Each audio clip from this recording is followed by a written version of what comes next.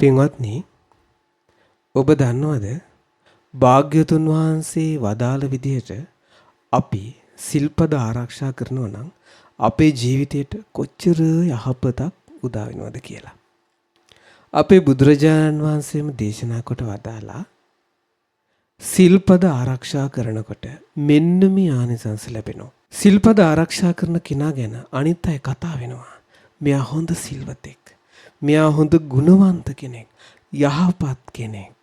සත්තු මරන්නේ නැති, හොරකම් කරන්නේ නැති, වැරදි කාමසේවනී කරන්නේ නැති, බොරු කියන්නේ නැති, අරක්කු සිගරට් බොන්නේ නැති හොඳ කෙනෙක් කියලා සමාජයේ, ගමේ, රටේ, ලෝකේ ඔක්කොම කතා වෙනවා. එයාගේ ගුණ.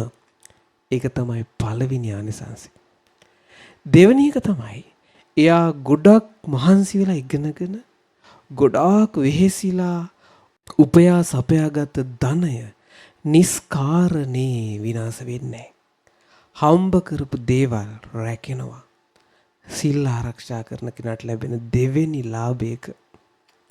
ඒ වගේම තමයි රජ්ජුරුව ගාවට ගිහිල්ලත්, ඇමති කෙනෙක් ගාවට ගිහිල්ලත්, පොලිසිය ඉස්සරහත්, ඒ වගේම නඩුකාරතුමෙක් ගාව වුණත්, අම්මා තාත්තා ගාව වුණත්, ගමේ රටේ ලෝකේ ඕන තැනක ඕනම වේදිකාවක බයක් නැතුව කතා කරන්න පුළුවන්.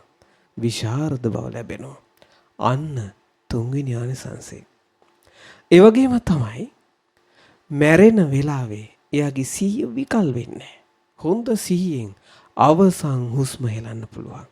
ඒක තමයි හතරවෙනි ආනිසංසය.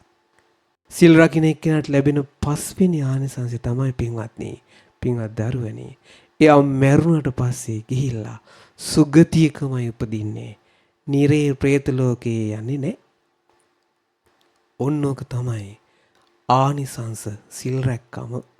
ඔන්නෝව තමයි සිල් රකින්න කෙනාට ලැබෙන ලාභ. ඒ නිසා ඔබත් අද ඉඳලා සත්තු මරන්න එපා. හොරකම් කරන්න එපා. වැරදි කාමසේවනය කරන්න එපා. විහිළුවකටවත් බොරු කියන්න එපා. මත්ද්‍රව්‍ය කටේ තියන්න එපා. කිසිම මත්ද්‍රව්‍යයක් ගන්න එපා. ඔයාගේ ජීවිතේ ගොඩාක් වාසනාවන්ත වේවි. ඒ නිසා අර ආනිසංස කැමති නම් අද ඉඳලා හොද්දට සිල් රකින්න. තෙරුවන් සරණයි.